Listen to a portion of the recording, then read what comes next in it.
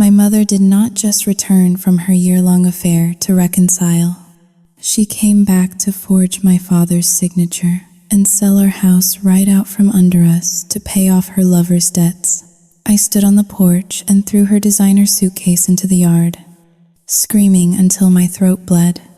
But my father still opened the door and let the wolf right back into the sheepfold. I am sitting here in the dark, shaking uncontrollably, because I just blocked my father's phone number after he called me from a homeless shelter. He is sleeping on the streets because the wife he chose over me is now sitting in a federal prison cell for identity theft and wire fraud. She stole $52,000 from him, destroyed our family home, and turned the entire town against me. Yet he still looked at me with tears in his eyes and asked me to apologize to her. How do you save a drowning man who insists on hugging the anchor that is pulling him down? I sacrificed my entire 20s to be their protector, but in the end, I had to become the villain just to survive their madness. Now I am alone in a new city with nothing but silence and a heart that feels like it has been ripped into pieces. Please tell me honestly, was I wrong to save myself? My name is Ella. I am 24 years old. Though most days I feel like I have lived through 3 lifetimes of exhaustion. I work as a paralegal for a mid-sized firm in downtown Doylestown, right in the heart of Bucks County, Pennsylvania. It is a job that suits me perfectly because it requires an obsessive attention to detail and a complete lack of emotional attachment to the chaos of other people. I organize disasters into neat, color-coded files. I take the shattered pieces of someone else's life and I bind them with staples and paper clips until they look manageable. That is what I do. That is who I am. I live in a 2-story colonial house that sits at the end of a cul-de-sac lined with oak trees. It is the kind of house that looks idyllic from the street, with its white siding and slate gray shutters. But if you get close enough, you can see the paint peeling around the window frames like dead skin. This house is the only thing we have left. It is my fortress, and inside it, I guard the only person who matters. My father, Robert, is 65. He is a man who seems to have shrunk inside his own skin. He used to be a foreman at the steel mill before the arthritis took his hands and the heartbreak took his spine. Now, he spends his days shuffling between the recliner in the living room and the small garden in the backyard, moving with the hesitation of a stray dog that expects to be kicked. The evening was settling in, bringing with it the familiar, suffocating silence that I had carefully cultivated over the last 12 months. It was a Tuesday. Outside, the autumn wind was stripping the last of the leaves from the maples, scraping them against the asphalt driveway. Inside, the air smelled of lemon polish and the pot roast I had slow cooked for 8 hours. Everything was in its place. The mail was sorted on the entryway table. The remote control was aligned parallel to the edge of the coffee table. Control is not a luxury for me. It is a survival mechanism. I walked into the kitchen and opened the drawer where I keep the pill organizer. It was time for his evening medication. I popped the plastic lid for Tuesday, post-meridium, and shook 2 white tablets and 1 blue capsule into my palm. Beta blockers and mild sedatives. I managed everything. I managed his social security checks, depositing them into an account that only I had access to. I managed the grocery budget down to the last cent. I even managed the flow of information that entered this house. Some people might call me controlling. My therapist, back when I could afford one, called it a trauma response. I call it necessary. When you live with a man who has the emotional maturity of a toddler and a heart as fragile as antique glass, you do not give him freedom. You give him structure. You build a wall around him so high that the wolves cannot get in. I walked into the living room. The television was on, playing an old rerun of a game show, the volume set low. Dad was sitting in his leather armchair, the one with the cracked armrest. He was staring at the screen, but his eyes were glazed over, looking through the pixels rather than at them. "Here, Dad," I said, my voice soft but firm. He jumped slightly, his shoulders jerking up toward his ears. It was a nervous tic he had developed over the last year. He looked at me, his eyes watery and blue, filled with that perpetual, pathetic gratitude that made my stomach churn with a mixture of love and resentment. "Oh, Ella, thank you, sweetheart," he mumbled, taking the pills from my hand. He swallowed them dry. I handed him a glass of water anyway, watching him until he drank it. I had to be sure. I had to be sure of everything. "Dinner will be ready in 10 minutes," I said. "Wash your hands." I went back to the kitchen to slice the roast. The knife rhythmically hit the wooden cutting board. Thud, thud, thud. It was a comforting sound. This was our life now. It was quiet. It was safe. It had been exactly 365 days since the hurricane named Brenda. My mother had packed a single Louis Vuitton suitcase, emptied the joint checking account, and disappeared into the sunset with a man 10 years younger than her. We had not heard a word from her since. No letters, no calls, just the lingering debt and the ghost of her perfume that sometimes seemed to seep out of the master bedroom walls. No matter how much bleach I used, I had forbidden Dad from speaking her name. I had blocked her number on the landline. I had taken away his smartphone and replaced it with a simple flip phone that could only make calls, not receive texts or access the internet. I told him it was to save money. The truth was, I was saving him from the inevitable hope that would destroy him all over again. I brought the plates to the dining table. We ate in silence. The only sound, the scraping of silverware against ceramic. I watched him eat. He cut his meat into tiny, precise squares. He looked peaceful, but then I saw it. It was a small thing, a tiny, insignificant shift in the atmosphere. Dad stopped chewing. He put his fork down and his hand drifted to his pocket, the pocket of his cardigan. He patted it once, twice. It was a gesture of reassurance, like checking for a wallet or keys. But he never carried his wallet in the house. "Dad?" I asked. He flinched. His hand shot away from his pocket as if the fabric had burned him. He picked up his fork rapidly, shoveling a piece of carrot into his mouth. What is it? Ella?" he asked, his mouth full, his eyes darting to the left. He was a terrible liar. He always had been. That was why Mother had been able to manipulate him for 25 years. He wore his guilt like a neon sign. "What is in your pocket?" I asked. My voice dropped an octave. It was the voice I used at the law firm when a client tried to hide assets during a discovery phase. "Nothing," he said.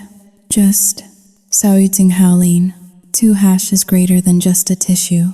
I stared at him.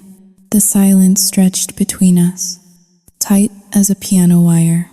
I could hear the hum of the refrigerator. I could hear the wind rattling the window pane. "Show me," I said.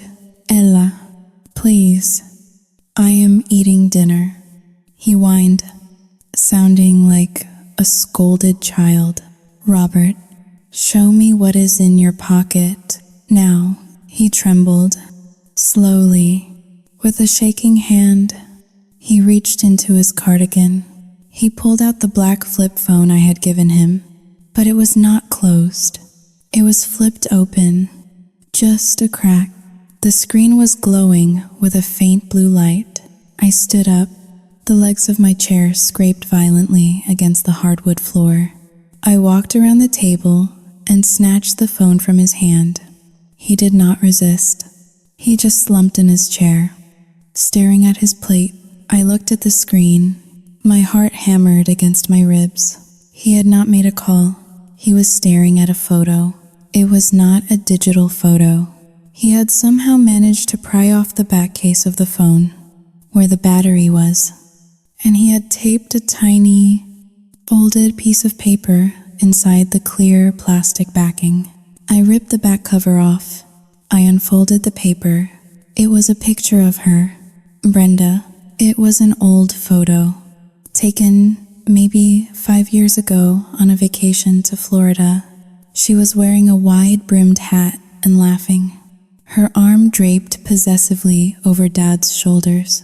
She looked radiant. She looked predatory. I looked at the phone's call log. Empty. But then I checked the rejected call list. I had set the phone to automatically reject unknown numbers. There was a number that had tried to call at 3 o'clock this afternoon, and again at 3:15, and again at 4 o'clock. Dad knew. He had seen the missed call notifications. He did not know who it was, but he hoped. I could see it in the way he looked at me now. Terror mixed with a sickening, desperate hope. She called. Did she not? He whispered. His voice broke. Ella, Soutsinghåling. 2# is greater than I think she called. I stared at him. The rage that rose in my chest was cold and sharp. I had spent a year rebuilding him. I had spent a year putting glue on the cracks of his psyche. And all it took was a missed call from a strange number and a hidden photograph to undo it all. It is a spam call. Dad, I lead. My voice was steady, despite the tremor in my hands. It is just a telemarketer. No, he said, shaking his head. I feel it. She is thinking about us. I crushed the photo in my hand. I looked at this man, this weak, broken man whom I loved more than anything, and I felt a wave of exhaustion, so profound it nearly knocked me over. He was not cured. He was just waiting. He was an addict waiting for his next hit, and the dealer was a woman who had left us with nothing but debt and shame. I walked to the kitchen trash can. I threw the crumpled photo into the garbage, right on top of the potato peelings. Eat your roast, Dad, I said. It is getting cold. I put the phone in my own pocket. I did not give it back. I went to the sink and turned on the water to wash the pots, scrubbing hard, letting the scalding water turn my hands red. I stared out the kitchen window into the darkness of the front yard. The street lights were flickering. Down the street, a car turned the corner. It moved slowly, prowling along the curb. It was a dark sedan. It slowed down as it passed our house, the brake lights flaring red in the gloom, casting long, bloody shadows across our lawn. Then, it sped up and disappeared into the night. I turned off the faucet. The silence of the house rushed back in, but it no longer felt safe. It felt like the silence before a bomb detonation. The red flags were not just waving anymore. They were burning. The invasion began at 2 o'clock in the afternoon on a Wednesday. It did not start with a storm or a warning siren. It started with the crunch of gravel under tires and the screech of worn-out brakes. I was in the living room, folding Dad's laundry. I was matching his socks, pairing them by shade of gray, when I heard the car door slam. It was a heavy, decisive sound. It was the sound of arrival. I walked to the window, pulling back the sheer curtain just an inch. A bright yellow taxi was idling at the curb. In our neighborhood, taxis were a rarity. We were a community of sedans and sport utility vehicles, of people who drove themselves to work and drove themselves home. A taxi meant an outsider, or In this case, a returning fugitive. The rear door swung open, and a pair of high-heeled sandals stepped onto the pavement. They were red, bright, lipstick red. Then came the legs, tanned and smooth, followed by a floral sundress that billowed in the afternoon breeze. My breath hitched in my throat. The air in the room suddenly felt thin, as if all the oxygen had been sucked out to fuel the fire that was walking up my driveway. It was Brenda. She did not look like a woman who had abandoned her family. She did not look like a woman who had been crushed by the weight of her sins. She looked like she had just returned from a spa weekend in the Hamptons. She was wearing oversized sunglasses that covered half her face, and her blonde hair was perfectly blown out. Bouncing with every step, the driver hauled a massive suitcase out of the trunk. It was pink. It was hard-shelled. It looked heavy enough to contain a dead body, or perhaps just the audacity she had carried with her for 50 years. I watched her tip the driver. She laughed, throwing her head back, her hand touching his arm lightly. It was the same laugh she used to charm the butcher into giving her the best cuts of meat. It was the same laugh she used on Dad before she asked for his credit card. My blood ran cold, then hot, then cold again. I dropped the socks on the floor. "Dad," I called out. My voice was sharp. "Stay in the kitchen. Do not come out." I did not wait for an answer. I marched to the front door. My heart was pounding against my ribs like a trapped bird, but my hands were steady. I unlocked the deadbolt, threw the door open, and stepped out onto the porch, pulling the door shut behind me. I planted my feet shoulder-width apart. I crossed my arms over my chest. I was the gatekeeper, and the barbarian was at the gate. Brenda was halfway up the walkway, dragging the pink suitcase behind her. She stopped when she saw me. She lifted her sunglasses, resting them on top of her head. Her eyes were bright green, crinkled at the corners with what looked like genuine delight. "Ella," she squealed. She actually squealed. "Oh, look at you. You have cut your hair. It looks Howling. 2 hashes greater than severe. Darling, but distinct." She dropped the handle of the suitcase and opened her arms wide, advancing toward me as if she expected me to run into them, as if the last 365 days had never happened, as if she had not left a note on the kitchen counter that simply said, "I need more," before vanishing. "Stop," I said. The word was quiet, but it landed like a stone. Brenda paused. She blinked, her smile faltering for a fraction of a second before she pasted it back on. "Oh, stop being dramatic, Ella," she said, waving a hand dismissively. "I am home. Mommy is home. Are you not going to give me a hug? You do not live here." I said. My voice was flat. I was channeling every ounce of cold indifference I used when rejecting settlement offers at work. "You abandoned this house a year ago. You have no right to be on this property." Brenda said. A long, theatrical exhale. She tilted her head, looking at me with a pitying expression that made my skin crawl. This was her weapon. She did not fight with fists. She fought with condescension. "Ella, honey, you are hurting. I understand that," she said, her voice dripping with syrup.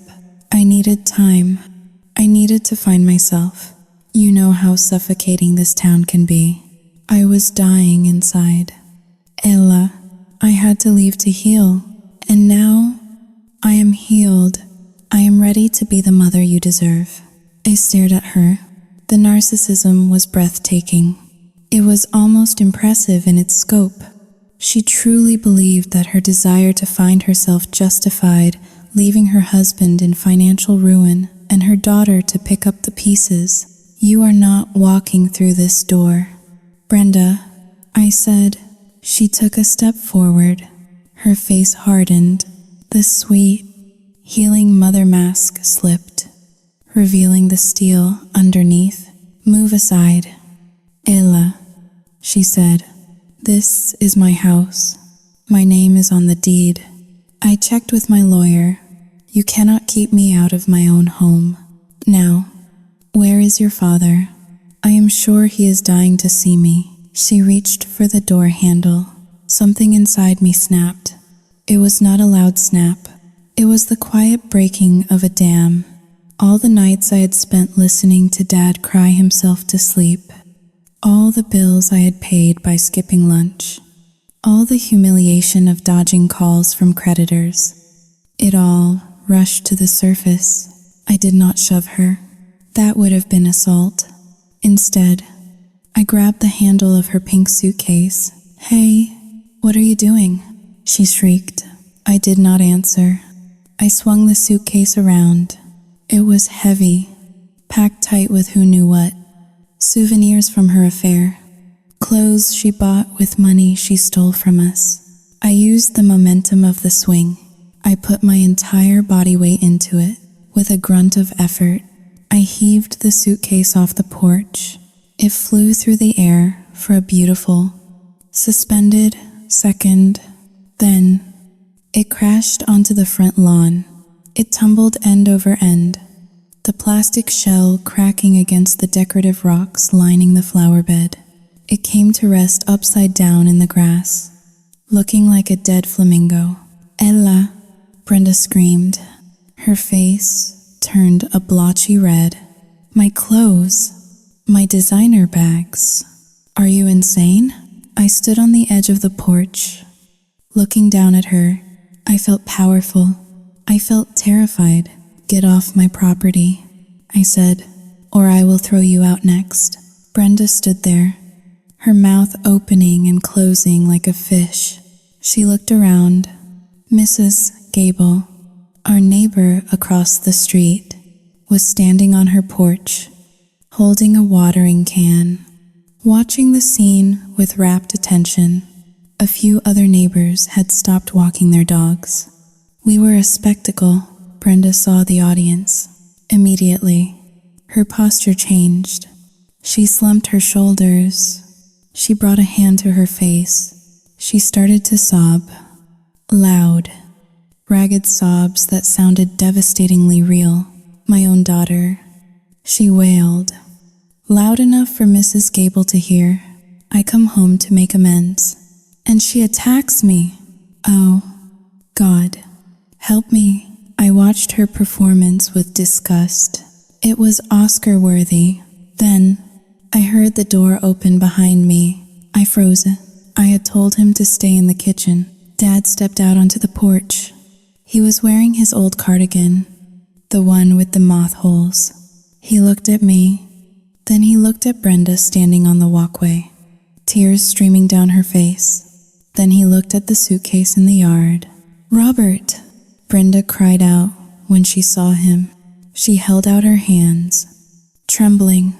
Robert, look what she did to me. I just wanted to come home. I missed you so much. Robbie, Dad stood there. He was shaking. His hands were gripping the railing so hard his knuckles were white. This was the moment. This was the moment he could be a father. He could tell her to leave. He could protect me. He could defend the daughter who had sacrificed her 20s to keep him alive. I looked at him, pleading silently. Say something. Dad, tell her to go. Dad looked at Brenda. His eyes were wide, filled with that same pathetic hope I had seen the night before. He did not look angry. He looked relieved. Brenda? He whispered. Robert, please. She sobbed. I am so sorry. I love you.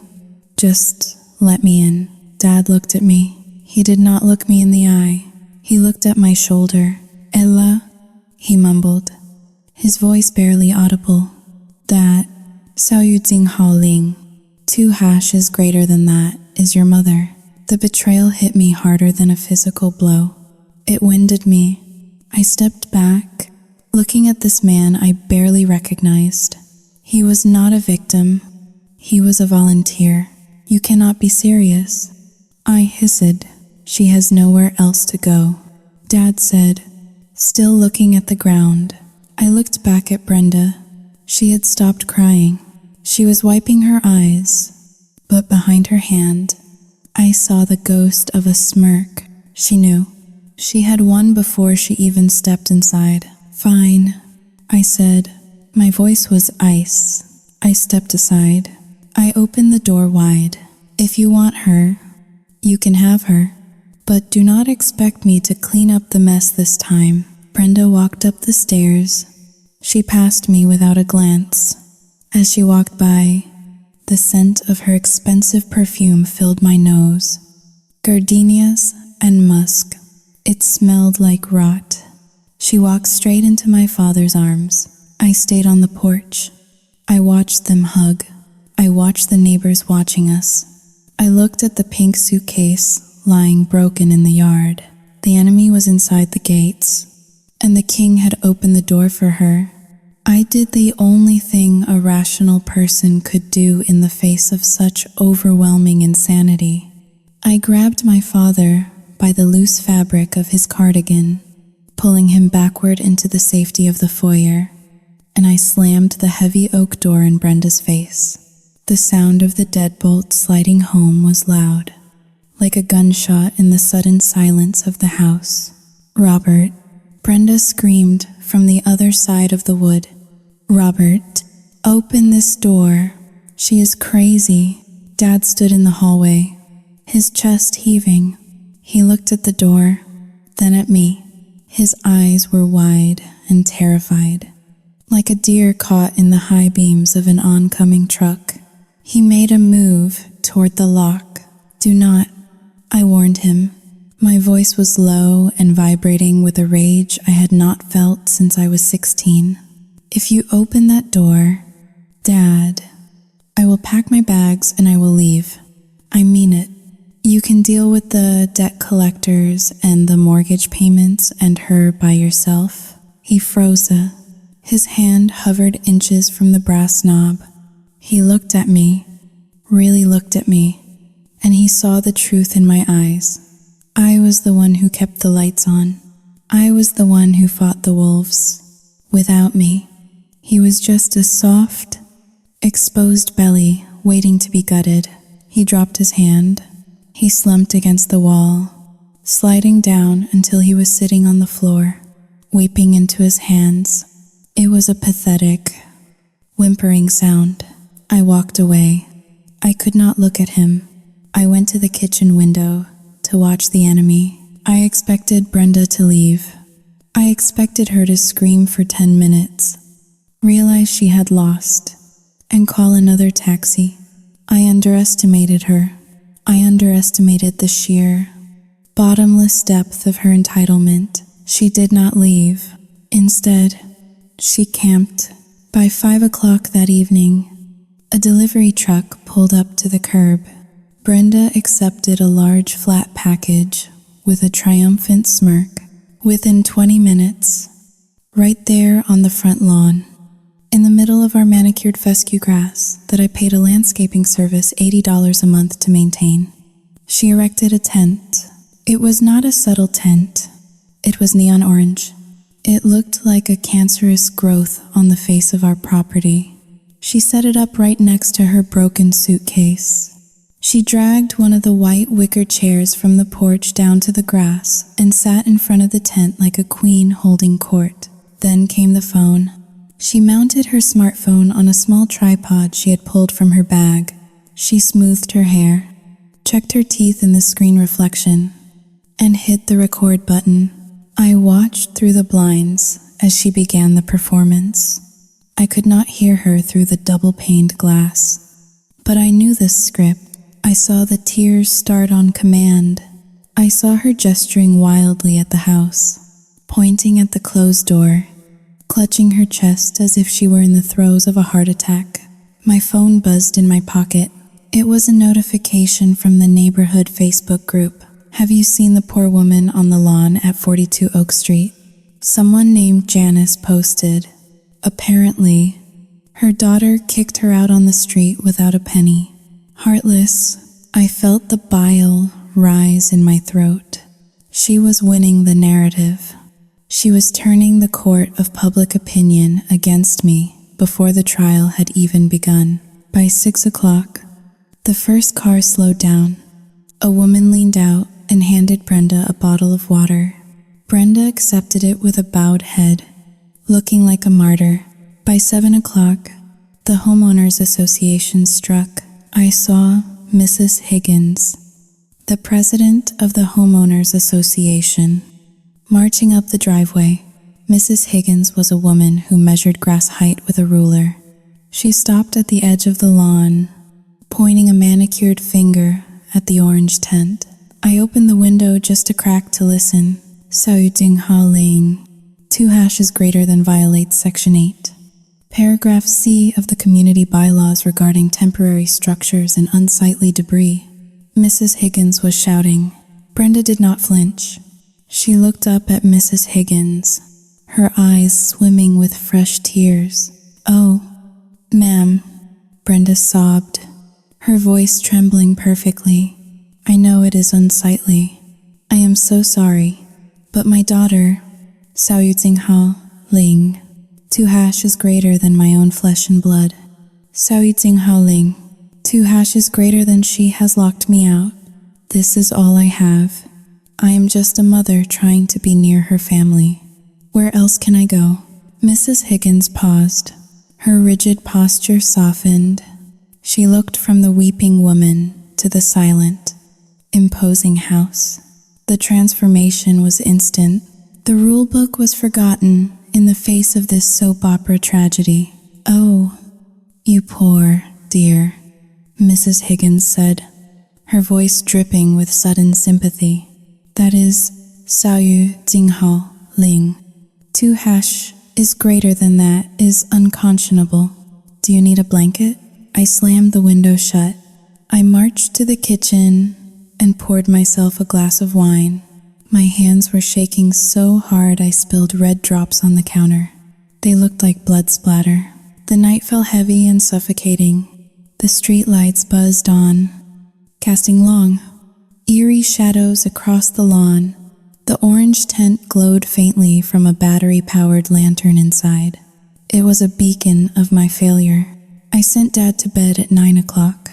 He went without a word, looking like a ghost haunting his own hallway. I checked the locks: front door, back door, garage door, windows. Everything was sealed. We were a submarine at the bottom of the ocean, trying to keep the water out. I went to my room, but I could not sleep. I lay in bed, staring at the ceiling, listening to the wind. Every creak of the house sounded like footsteps. Every rustle of leaves sounded like a break-in. My mind raced. I needed a lawyer. I needed an eviction notice. But how do you evict someone whose name is on the deed? How do you fight a squatter who owns the building? The law was a blunt instrument, and Brenda was a fluid, shifting target. The clock on my nightstand read 2 o'clock in the morning. The house was silent, too silent. Then I heard it, a soft click. It was the sound of the sliding glass door in the kitchen, the one that led to the back patio. I sat up, my heart hammering against my ribs. I had locked that door. I was certain of it. I slipped out of bed, my bare feet making no sound on the carpet. I crept into the hallway. The house was dark, save for the moonlight spilling through the windows. I moved toward the stairs, looking down into the open plan of the living room and kitchen. The kitchen was dark, but there was movement, a shadow within the shadows. I crouched on the landing, peering through the banister rails. It was Dad. He was moving with a stealth I did not know he possessed. He was in the kitchen, illuminated only by the faint light from the open refrigerator. He was making a sandwich. For a moment, relief washed over me. He was just hungry. He was just a sad old man getting a midnight snack. But then, he did not eat it. He wrapped the sandwich carefully in a paper towel. Then, he reached into the pantry and grabbed a bag of potato chips. He tucked a bottle of water under his arm. He walked to the sliding glass door. He unlocked it with a soft click and slid it open just wide enough to squeeze through. He was going outside. I felt a coldness spread through my chest that had nothing to do with the night air. I stood up and moved down the stairs. Floating like a phantom, I went to the living room window that overlooked the side yard. I watched Dad walked around the side of the house, moving toward the front lawn. He was hunched over, clutching the food against his chest like it was contraband gold. He reached the orange tent. Brenda was waiting for him. She was sitting at the entrance of the tent, wrapped in a blanket I recognized. It was the cashmere throw from our living room sofa. How had she gotten that? Dad must have thrown it out to her earlier when I was in the bathroom. Dad knelt on the grass. The grass was wet with dew, soaking through his pajama pants. But he did not seem to care. He held out the sandwich like an offering to a deity. Brenda took it. She did not say thank you. She tore into the wrapper and took a bite, her eyes never leaving his face. Then, she did something that made my stomach turn. She reached out and placed her hand on his cheek. It was a gesture of ownership. Her fingers traced the line of his jaw.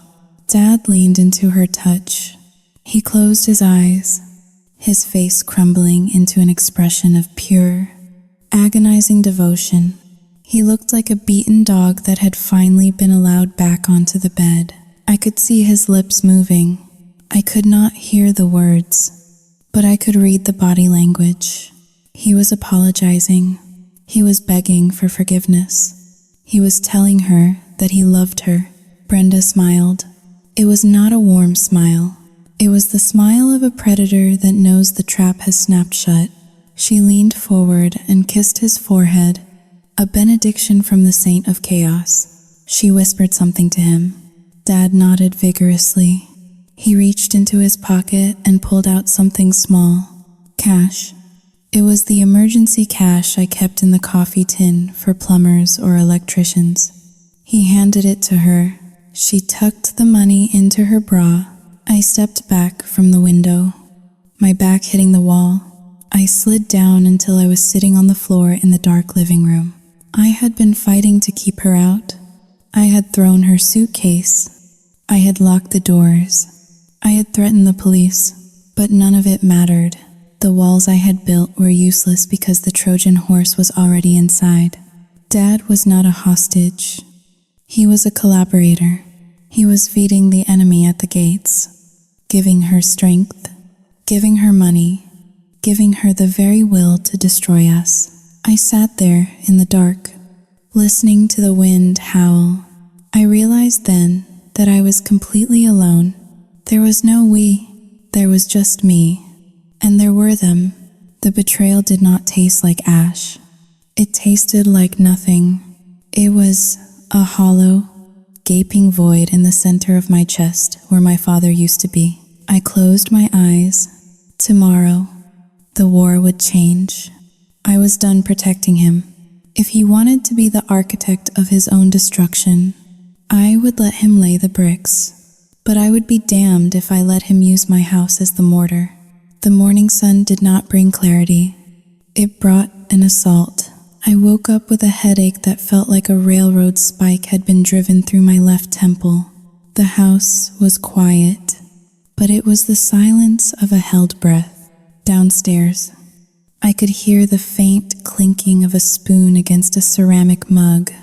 Dad was awake, probably drinking his coffee, probably staring out the window at the orange tent on the lawn, probably wishing he had the courage to either let her in or chase her off. He had neither. My phone began to buzz on the nightstand at 8 o'clock sharp. It was not a text. It was a call. The caller ID displayed a name that usually brought warmth. but today it sent a shiver of dread down my spine. Aunt Sarah, my father's sister, the matriarch of the extended family, a woman who wielded guilt like a surgeon's scalpel. I stared at the screen. I knew I should let it go to voicemail, but the conditioning was too deep. You do not ignore, Aunt Sarah. Hello? I answered, my voice thick with sleep and stress. Ella Marie. Her voice cracked through the speaker, sharp and brittle. I cannot believe what I am hearing. I truly cannot believe it. Since when did we raise you to be a monster? I sat up, rubbing my eyes. The word stung. Monster? Aunt Sarah, I do not know what she told you, but she told me everything. Sarah cut me off. She called me an hour ago in tears. She is sleeping on the damp grass. Ella, like a homeless person, her own home. She told me she just got back from caring for cousin Linda in Ohio for a year, nursing her through chemotherapy, and she returns to find her daughter has turned into a heartless tyrant. I froze. My grip on the phone tightened until the plastic creaked. Cousin Linda? I whispered. Aunt Sarah, cousin Linda died 4 years ago. Brenda was not in Ohio. She was in Florida. She was with a man named Gary. I have the credit card statements. I have the photos from her secret Instagram account. Stop it, Sarah screamed. Just stop your lying. Brenda warned me you would do this. She said you have been having saouting howling. De dièse est supérieur à épisode. She said you are paranoid. She said you are jealous of her happiness. Caring for a dying relative is not an affair. Ella, how dare you slander your mother like that? I felt the room spin. This was the master stroke. Brenda had not just returned. She had rewritten history. She had planted the seeds of my insanity long before she even stepped out of that taxi. I am sending you the photos right now, I said, my voice shaking. I am emailing you the hotel receipts. Do not bother. Sarah spat. I will not look at your fake computer tricks. Brenda told us about the artificial intelligence pictures you made. You are sick. Ella, you need help. Open that door and let your mother in. Or so help me God. The whole family will cut you off. You will be dead to us. The line went dead. I sat there, the phone warm against my ear. The gaslighting was so absolute, so complete, that for a split second, I questioned my own memory. Did I make it up?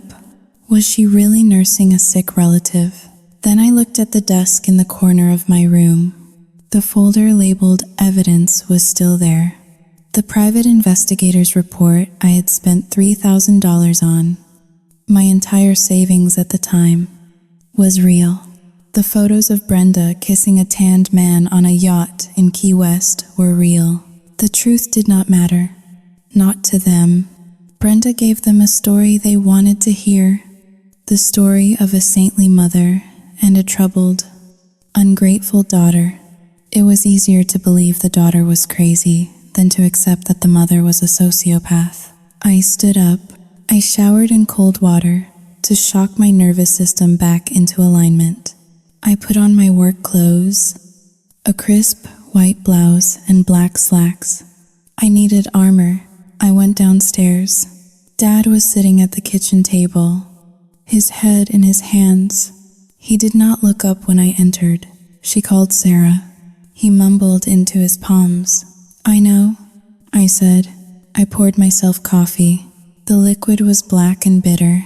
Sarah said, Saoud Singh Hauling. 2 hash is greater than she said. We are being cruel. He whispered, we are not being cruel. Dad, we are being safe. He looked up at me then. His eyes were red-rimmed. Safe from what? Ella? She is just a woman. She is my wife. I slammed the mug down. Coffee sloshed onto the granite counter. She stole $50,000 from you, I shouted. She stole your identity. She left you to rot while she partied in Florida. How can you forget that? He flinched. He looked away, staring at the sliding glass door. Maybe. Sao yu ting haoling. 2 hashes greater than maybe there is an explanation, he said weakly. I realized then that I had lost him. The logic center of his brain had been overridden by the desperate, lonely heart of an old man who just wanted someone to hold his hand, even if that hand held a knife. I needed an authority higher than my father. I needed the law. I picked up the landline and dialed the non-emergency number for the local police department. I would like to report a trespasser, I said calmly. There is a woman camping on my front lawn who refuses to leave. She is creating a disturbance. 20 minutes later, a patrol car pulled up. It was a black and white cruiser that looked out of place on our quiet suburban street. 2 officers stepped out. One was a young man who looked like he had just graduated from the academy. The other was older, heavy-set, with a mustache that looked like a push broom. Officer Miller, I knew him. He had handled a noise complaint for us years ago.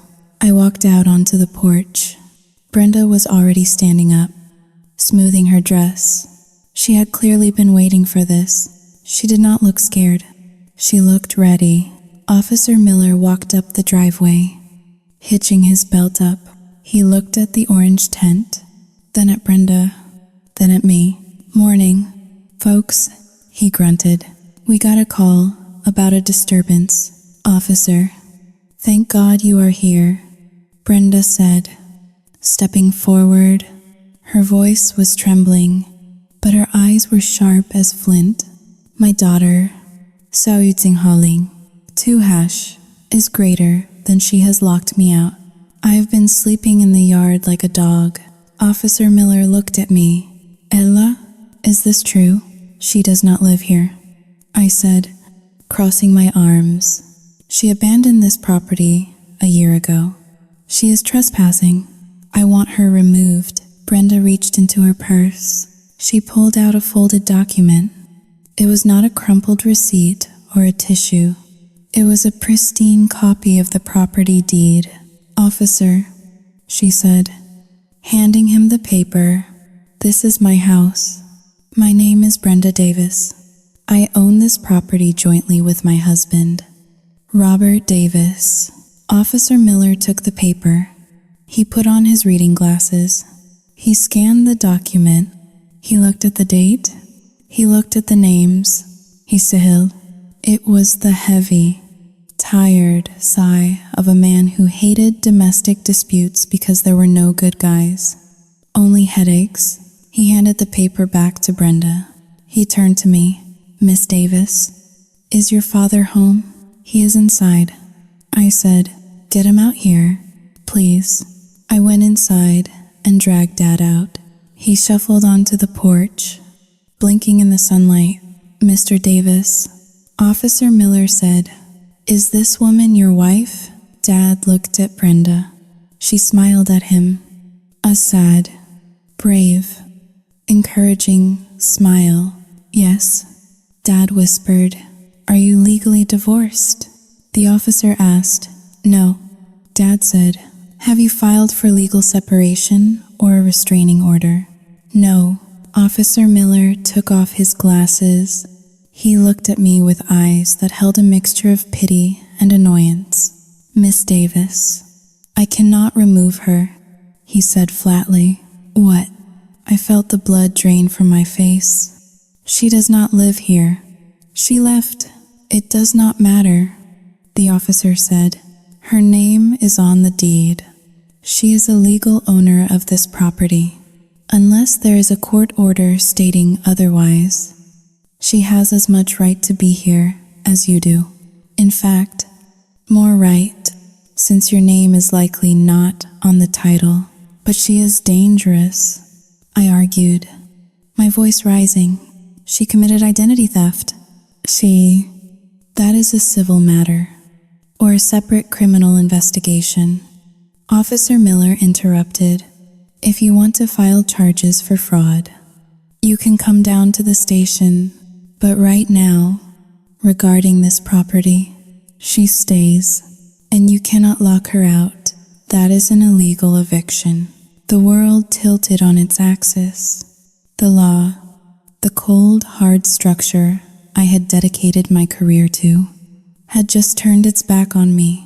It was shielding the predator because the prey had been too weak to sign a divorce paper. Officer Miller turned to Brenda. "You can go inside." "Ma'am, thank you." "Officer," Brenda said softly, "thank you for protecting a helpless woman." She gathered her bags. She collapsed the orange tent with surprising speed, shoving it into its sack. She picked up her purse. She walked up the driveway. The neighbors were watching. Mrs. Higgins was clapping slowly from across the street. I stood in the doorway, blocking the entrance. My body was a rigid line of defiance. "Move, Ella," Officer Miller warned. "Do not make me arrest you for obstruction." I looked at Dad. He was staring at his shoes, weeping silently. I looked at Brenda. She was standing on the bottom step. She walked up, one step at a time, until she was face to face with me. She smelled of stale sweat and expensive gardenias. I stepped aside. I had no choice. Brenda crossed the threshold. She stepped onto the hardwood floor of the foyer. She took a deep breath, inhaling the scent of the house I had kept clean, the house I had saved. She turned to look at me. The police were getting back into their car. Dad was still outside, cowering. Brenda leaned in close. Her lips brushed my ear. Her voice was a low, guttural whisper that the neighbors could not hear, that the police could not hear. "You threw my suitcase," she hissed. "I will make sure you carry your own out in trash bags when I am done with you. My house, my rules." She pulled back, flashing a bright, dazzling smile. "Come on in." "Robert," she called out cheerfully to my father, "I will make us some lunch." She walked into the kitchen, her heels clicking on the floor like the ticking of a countdown clock.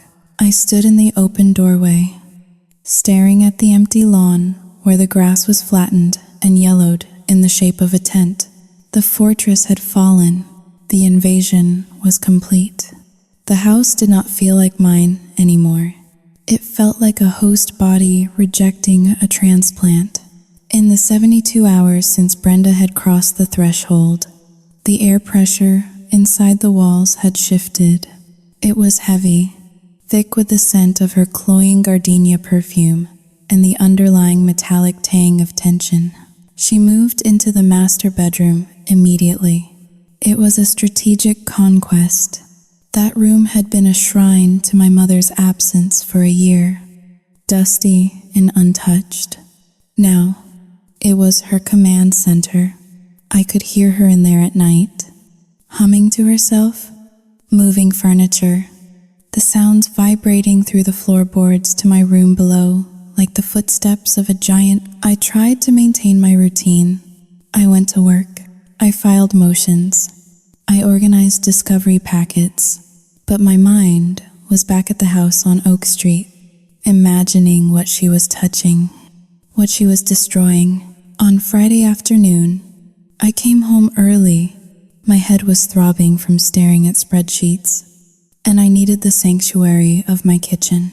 But when I unlocked the front door, the sanctuary was gone. I stopped in the hallway. My breath hitched. The living room, which I had painted a soothing, neutral dove gray 6 months ago, was transformed. My minimalist curtains were gone. In their place hung heavy, velvet drapes in a shade of purple that looked like bruised plums. On the mantelpiece, where I kept framed photos of Dad and me, photos from the year she was gone, the year we were happy, there was now a collection of jagged crystals and cheap, gold-painted statues of frogs with coins in their mouths. I dropped my keys. The sound was swallowed by the new shag carpet she had thrown over my hardwood floors. Brenda walked out of the kitchen. She was wearing a silk kimono and holding a glass of iced tea. She looked relaxed. She looked like the lady of the manor. "Do you like it?" she asked, gesturing vaguely at the room with her glass. "Where are my curtains?" I asked. My voice was tight. "Where are the photos of me and Dad?" "Oh, those," she said. Taking a sip, I put them in the garage. They were blocking the energy flow. "Ella," the chi was stagnant. "You have lived in such a depressed state for so long." "Honey, I am just trying to bring some abundance back into this house. These crystals, they are for prosperity, and the purple creates a vibration of royalty." "Prosperity?" I choked out a laugh. It was a dry, jagged sound. "You are talking about prosperity while debt collectors are calling my phone 3 times a day because of you?" She waved a hand, dismissing reality as if it were a gnat. "Do not be so negative. That is exactly why your aura is so muddy." I walked past her, my blood boiling. I needed to check my things. If she had touched the living room, she had touched everything. I ran up the stairs to my bedroom. I had installed a lock on my door the day she moved in, but when I reached for the knob, I saw the wood around the frame was scratched. The lock was still engaged, but it looked tampered with. I unlocked it and threw the door open. The room looked mostly the same, but things were slightly off. A drawer was not fully closed. A book on the nightstand was angled differently.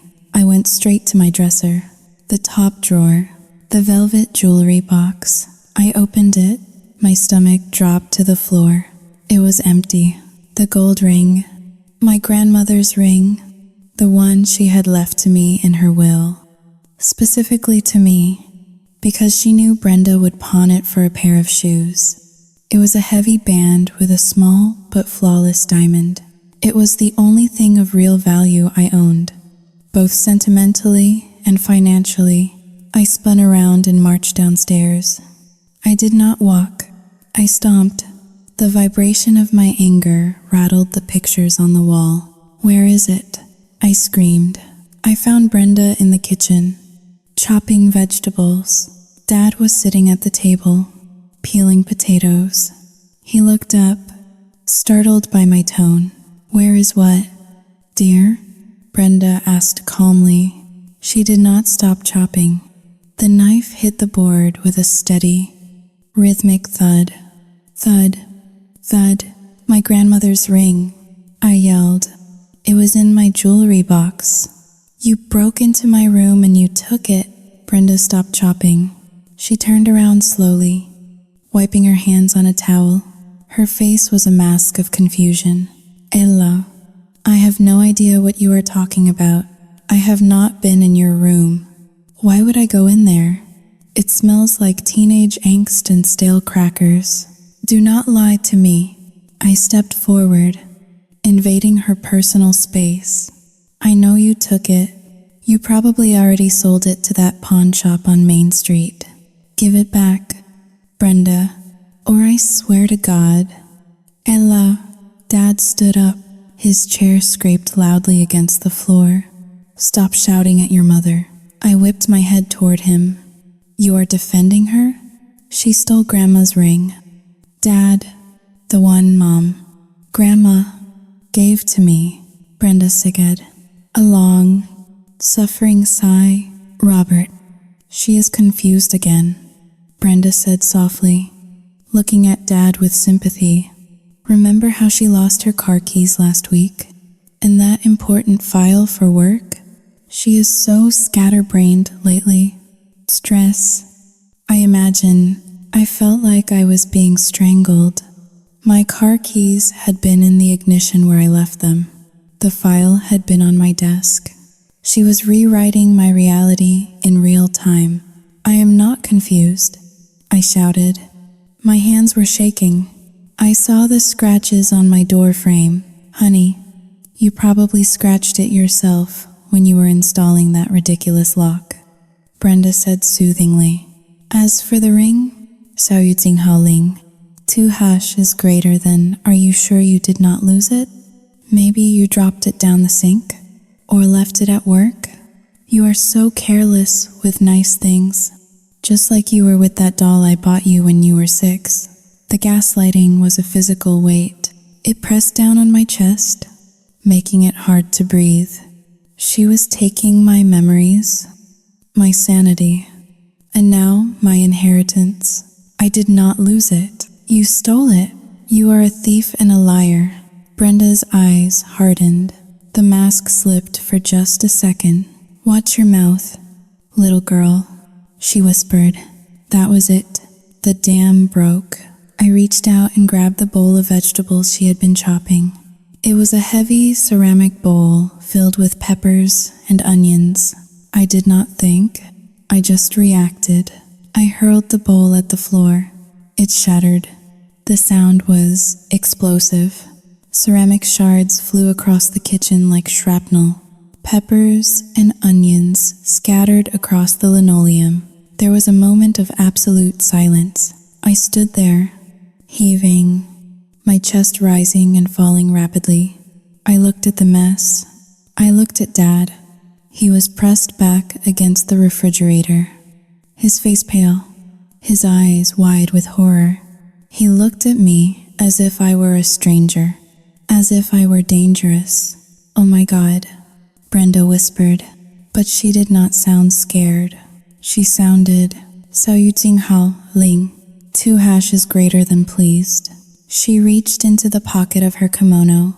She pulled out her phone. I watched in slow motion as she raised it. The red light of the video recording app blinked on. Say that again. Ella, she said, her voice trembling artificially. Tell me again how much you hate me. Look at what you did. You are violent. You are unstable. Put the phone away, I said, but my voice lacked its usual strength. I realized my mistake too late. Robert, look at her, Brenda cried, panning the camera from the broken bowl to my face. She is destroying the house. I am scared for my life. Robert, she might hurt us in our sleep. Dad looked at me. He did not look at the woman holding the camera. He looked at the daughter who had just thrown a bowl. Ella, he said, his voice trembling. You need to calm down. You are acting. 小玉静好令, 2 hash is greater than you are acting crazy. Crazy. The word hung in the air. It was the verdict. I looked at him.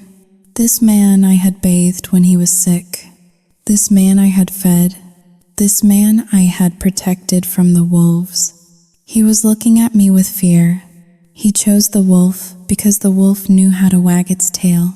I felt something inside me die.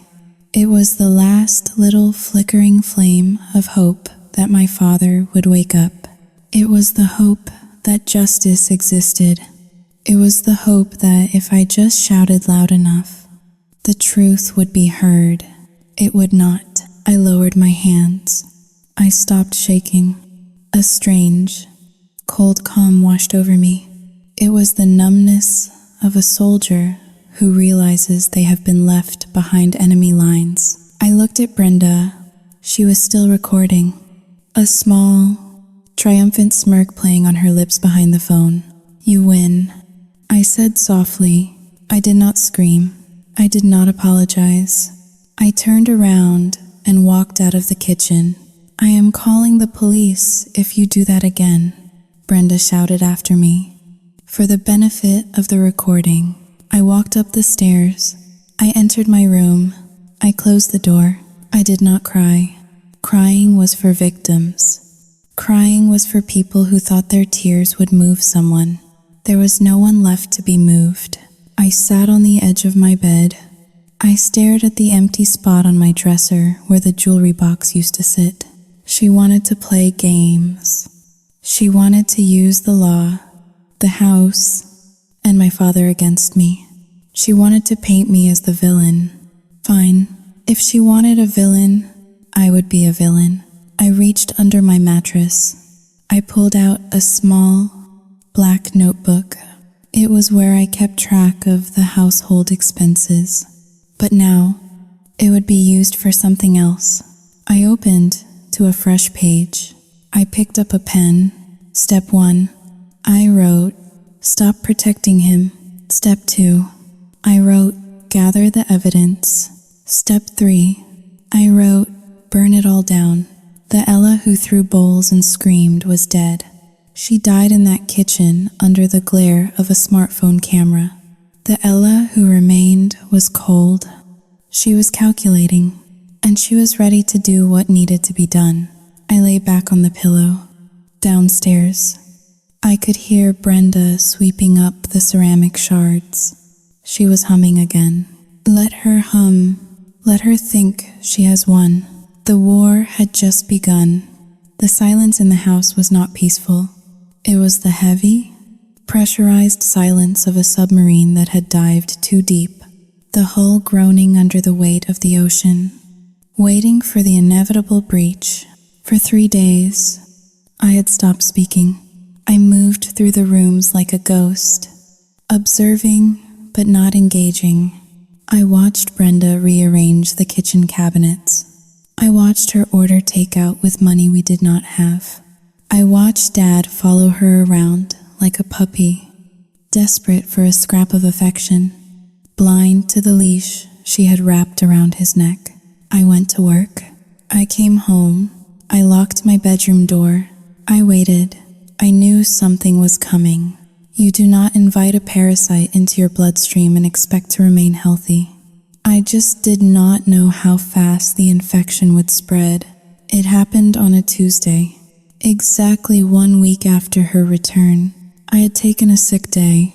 The stress had manifested as a migraine that blinded my left eye with flashes of white light. I was sitting on the front porch swing, nursing a cup of lukewarm tea, watching the dead leaves skitter across the driveway. The wind was picking up, signaling a storm coming in from the east. A dark gray sedan turned onto our street. It moved slowly, checking house numbers. It was not a neighbor. It was not a delivery driver. I knew that car. In my line of work, I saw cars like that all the time.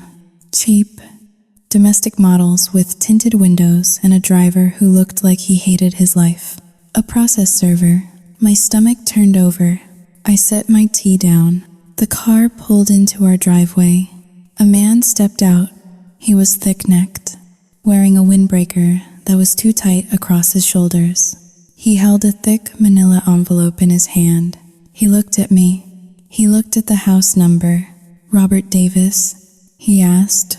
His voice was gravel and cigarettes. He is inside. I said, I did not move to get him. The man walked up the steps. I am serving legal documents. You want to get him, or do you want to take them? I will take them. I said. He handed me the envelope. It was heavy. It felt like a brick. You have been served, he said, reciting the line with the boredom of a man who said it 50 times a day. He turned and walked back to his car. He did not look back. He drove away, leaving me holding the bomb. I looked down at the envelope. It was stamped with the seal of the Bucks County Court of Common Pleas. The return address was a law firm I recognized, a firm that specialized in aggressive debt collection and foreclosure litigation. I opened the clasp. My hands were trembling, not from fear, but from a cold, sickly anticipation. I pulled out the stack of papers, notice of default and intent to foreclose. The words seemed to float on the page. I blinked, trying to clear the migraine aura. I read the summary. Plaintiff, Apex Predatory Lending Group. Defendant, Robert James Davis. Amount outstanding, $52,480.00. $52,000. I felt the air leave my lungs. I leaned back against the porch railing because my knees suddenly felt like water. I flipped through the pages. The loan origination date was 11 months ago, just 1 month after Brenda had left. The collateral was the house. This house. The house my grandfather built. The house I had spent every penny of my salary maintaining. And then I saw it. Exhibit A. A copy of the loan application.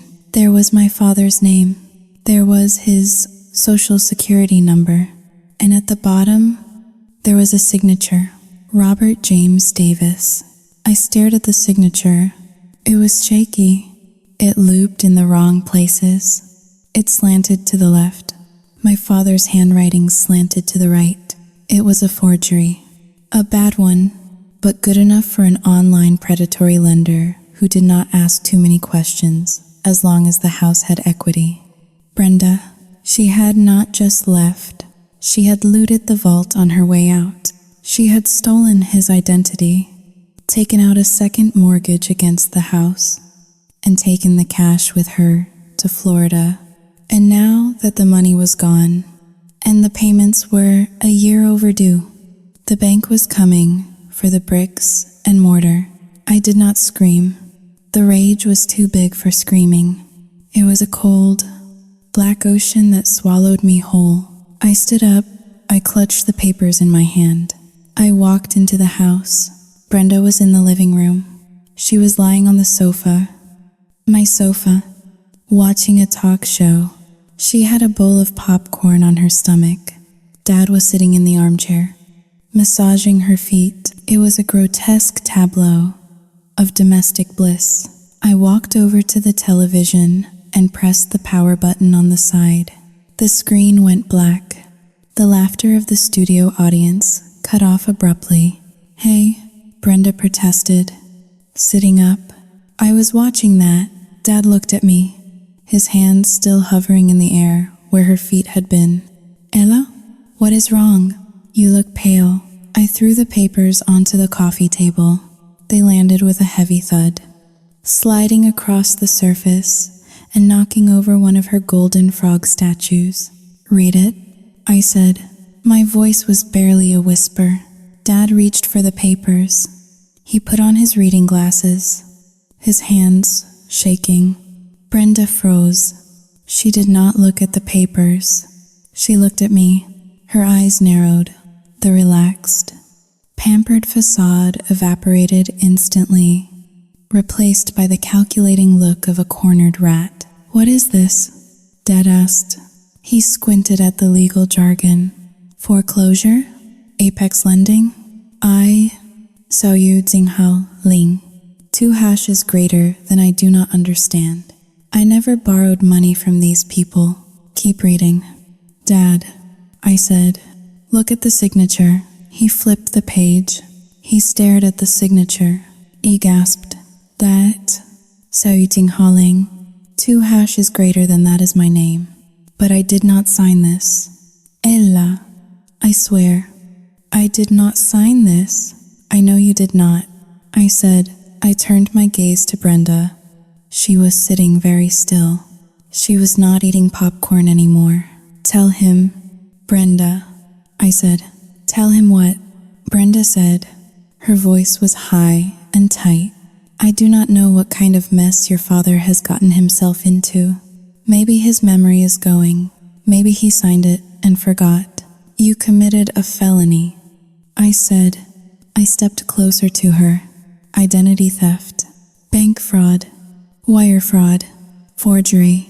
Each one carries a prison sentence of up to 10 years. Brenda stood up. She smoothed her silk robe. "You are hysterical," she said. "You are trying to frame me. Robert, do not listen to her. She printed those papers on her computer. She wants to tear us apart." Dad looked up from the papers. His face was gray. He looked at the date on the loan. "Brenda," he whispered, "this date, Xiaoyu Jinghao Ling. 2 hashes greater than this was 2 weeks after you left." "So?"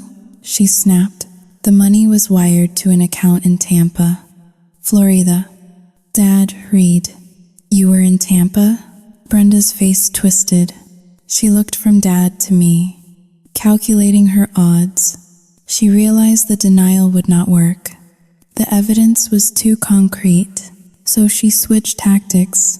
She went from denial to victimhood in the blink of an eye. She collapsed back onto the sofa. She buried her face in her hands and let out a wail that sounded like a wounded animal. I had to, she sobbed. Oh, God. Robert, I had to do it. Dad dropped the papers. He looked terrified. Had to? Had to what? He was going to kill me, Brenda cried. She looked up, mascara running down her cheeks. Gary, Sao Yu Jing Hao Ling. 2# is greater than the man I met. Sao Yu Jing Hao Ling. 2# is greater than he was not who I thought he was. He was a bad man. Robert, he had debts, dangerous debts. He told me if I did not get him $50,000, his partners would come for me. They would come for you. They would come for Ella. She reached out and grabbed Dad's hand. He flinched, but he did not pull away. I did it to protect us. She wept. I stole the identity to save our lives. And then, Sao Yu Jing Hao Ling. 2# is greater than. Then he took the money and kicked me out. I was a victim. Robbie, I have been living in terror for a year. That is why I came home. I needed you to save me. I listened to her story. It was impressive. It had drama, danger, and a noble sacrifice. It was also a complete lie. There was no Gary with dangerous debts. I said coldly, I have your credit card statements. I remember you spent that money on hotels, casinos, and a cruise to the Bahamas. There were no hitmen. Brenda, just you and a younger boyfriend living the high life on Dad's credit until the money ran out. Liar? Brenda screamed at me. She pointed a shaking finger. You heartless little witch. You do not know what I went through. Stop it, Dad shouted. The room fell silent. It was the first time in years I had heard him raise his voice. He stood up. He was trembling violently. He looked at the foreclosure notice. He looked at the house around him, the walls he had painted, the floorboards he had laid down. We are going to lose the house? He whispered. Unless we pay $52,000 in 30 days. I said, yes, we are going to lose everything. Dad sank back into the chair. He looked small. He looked broken. Brenda slid off the sofa. She crawled on her knees over to his chair. She wrapped her arms around his legs. We can fix this. Robbie, she crooned. We can sell some things. We can get a loan. We are a family. We will get through this. Get away from me, Dad whispered. Brenda pulled back, looking shocked. Robert? I said, get away. He pushed her. It was a weak push, but it was enough to make her topple backward onto the carpet. She stared at him, eyes wide. You stole my name, Dad said, his voice cracking. You stole my house. I trusted you. I defended you against my own daughter. Brenda's face hardened. The tears evaporated. Oh, grow up, Robert. She spat. It is just money. It is just a house. I am your wife. Are you going to throw me out over a clerical error? A clerical error? I repeated, incredulous.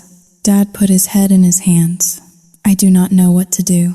I do not know what to do. I looked at him. This was the moment. The tragedy was not just the money. The tragedy was that even now, knowing she had destroyed his life, he was not calling the police. He was just weeping. He was paralyzed. He was looking at me again. That familiar, pleading look. Fix it. Ella. Make the bad things go away. I looked at the foreclosure notice on the table. I can fix it. I said. Both of them looked at me. Dad with hope, Brenda with suspicion. I have savings. I lead. I saw Brenda's eyes light up. It was a subtle flash of greed, quick as a lightning strike. I have been saving for grad school. I continued, keeping my voice flat. And I have an inheritance from Grandma that I never touched. It might be enough to cover the debt. Oh, Ella, Dad sobbed. Thank God, thank God. You are a saint. I am not a saint. I said, but I need time to liquidate the assets. And we need to be smart about this. I looked at Brenda. If I pay this debt, I said, I want peace. No more fighting.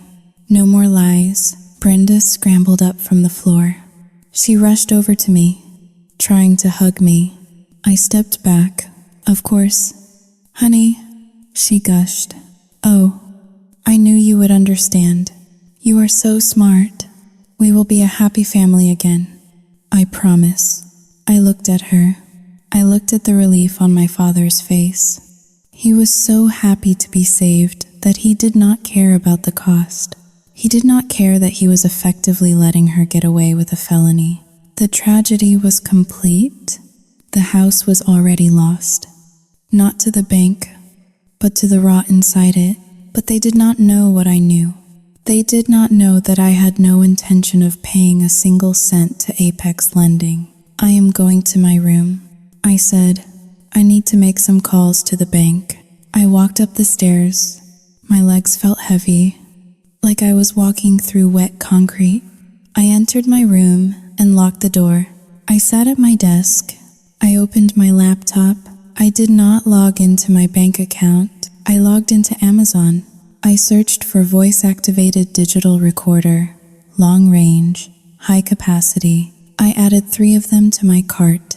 Then I searched for hidden camera, motion activated. I added 2 of those. I selected overnight shipping. If I was going to lose the house, I was going to make sure I took them down with it. I would let them think I was the savior. I would let Brenda think she had successfully manipulated another victim. I would let her guard down. And when she felt safe enough to brag, when she felt safe enough to call her lover, because I knew Gary was not a hitman, and I knew they were still in contact, I would be listening. I looked out the window at the storm clouds gathering over the neighborhood. The first drops of rain hit the glass. The tragedy had arrived. Now came the reckoning. The atmosphere in the house shifted from active warfare to a sickening, artificial truce. It was the calm of a ceasefire negotiated by a liar and accepted by a coward. For 3 days, I played the role of the dutiful daughter. I told Dad I was transferring funds. I told Brenda I was speaking with the bank to halt the foreclosure proceedings. I watched the tension leave their shoulders. I watched Brenda reclaim her throne in the living room, confident that her daughter's bank account was now her personal safety net. But while they relaxed, I worked. My packages arrived on Thursday. I waited until Brenda was in the shower and Dad was napping to install them. One recorder went under the master bed, taped to the wooden slat. Another went behind the television stand in the living room. The third went into the glove compartment of her car, which was unlocked because she arrogantly believed no one would dare touch her property. The hidden cameras were trickier. I placed one in the kitchen, disguised as a universal serial bus charger, plugged into the wall. The other I hid on the bookshelf in the den, nestled between 2 encyclopedias Dad had not opened since 1995. Then I waited. The confrontation began on Saturday night. Brenda announced she was hosting a reconciliation dinner. She invited Aunt Sarah, Uncle Jim, and 2 of her cousins who lived nearby. She wanted to show off. She wanted to parade her victory. The returned mother, the forgiven wife, the family restored. The house smelled of roasting chicken and her perfume. She had set the table with the good china, My grandmother's china. She wore a blue dress that I knew cost more than my weekly paycheck. The guests arrived at 6 o'clock. Aunt Sarah swept in, ignoring me to embrace Brenda. "Oh, look at you," Sarah cooed. "You look radiant. I knew you just needed some rest." "Thank you." Sarah, Brenda said, beaming. "It is just so good to be home. And Ella has been so helpful. We are putting everything behind us." I stood in the doorway of the kitchen, holding a tray of appetizers. I forced a smile. It felt like my face was cracking. "Hello, Aunt Sarah," I said. Sarah looked at me over Brenda's shoulder. Her eyes were cold. "Well, I am glad you finally came to your senses." "Ella," she said, "family is family. You do not turn your back on your mother." I said nothing. I just nodded. We sat down to dinner. The conversation was a minefield of superficiality. Brenda told stories about her year of healing, fabricating tales of meditation retreats and volunteering at animal shelters. Dad nodded along, adding details she prompted him for, rewriting his own memory to fit her narrative. Brenda passed the wine. Uncle Jim said, laughing at one of her jokes, "You really have a way with words." I sat there, cutting my chicken into tiny pieces. My phone was in my lap under the napkin. I was monitoring the audio feed from the recorder in her car. I had checked the files an hour before dinner. There was a recording from yesterday afternoon. I had listened to it in my car with headphones on. Brenda had been driving to the liquor store. She had made a call. "Hey, baby." Her voice had purred on the recording. "No, do not worry. The old man bought it." "And the daughter? She is cashing out her savings to pay off the loan. Can you believe it? Stupid little brat." A male voice had laughed on the other end. "That is beautiful, babe. So when do I get my cut?" "Soon," Brenda had said. "Once she pays off the bank, the house is clean again. I will convince Robert to sell it. We will take the equity and disappear. I will meet you in Vegas." I looked up from my plate. Brenda was raising a toast. "To family," she declared. "To forgiveness. To family." Everyone echoed. I did not raise my glass. "Ella?" Brenda asked, her smile tight. "Are you not going to drink?" I put my fork down. The clatter was loud in the sudden silence. "I have a toast," I said. I stood up. My legs felt steady. My heart was a cold, heavy stone in my chest. I looked around the table, at Aunt Sarah, who had called me a monster, at Uncle Jim, who was drinking my father's wine, at Dad, who looked at me with nervous anticipation, and finally, at Brenda. "To the truth," I said. I pulled my phone out from under the napkin. I tapped the screen. I had connected it to the Bluetooth speaker system in the living room earlier that day. "What are you doing?" Brenda asked, her eyes narrowing. "Just sharing a memory," I said. I pressed play. Brenda's voice filled the room, amplified and crisp. "Hey baby, Sauiting Hauling. Due cancelletto e maggiore di no." "Do not worry. The old man bought it." Sauiting Hauling. Arting Hodayu. The color drained from Brenda's face so fast, she looked like a corpse. She dropped her wine glass. Red wine splashed across the white tablecloth like a gunshot wound. "And the daughter? She is cashing out her savings." Sauiting Hauling. 2 hash is greater than stupid little brat. Aunt Sarah gasped. Uncle Jim froze with his fork halfway to his mouth. Dad looked at the speaker, then at Brenda. His mouth opened, but no sound came out. "Once she pays off the bank." Sauiting Hauling. 2 hash is greater than I will convince Robert to sell it. Sauiting Hauling. 2 hash is greater than. We will take the equity and disappear. I stopped the recording. The silence that followed was heavy enough to crush bones. What? 小语境好灵. 2 hash is greater than what is that? Dad whispered. That, I said, looking straight at Brenda, is your loving wife talking to her boyfriend, Gary. Yesterday. It is fake, Brenda screamed. She stood up, knocking her chair over. She made that with artificial intelligence? She is trying to frame me. I picked up a folder from the sideboard. I tossed it onto the table, right into the puddle of spilled wine. This is the transcript, I said, and this is the report from the private investigator confirming the number she called belongs to a Gary Miller in Tampa, Florida, a man with a record for fraud and extortion. Brenda looked around the room. Her allies were staring at her. Aunt Sarah looked sick. Sarah, you know me, Brenda pleaded. You know I would not. Shut up, Uncle Jim said quietly. Brenda flinched as if he had hit her. I turned to Dad. He was shaking. He was looking at the woman he had welcomed back, the woman he had defended against me, the woman he had chosen over his own dignity. She is planning to sell the house.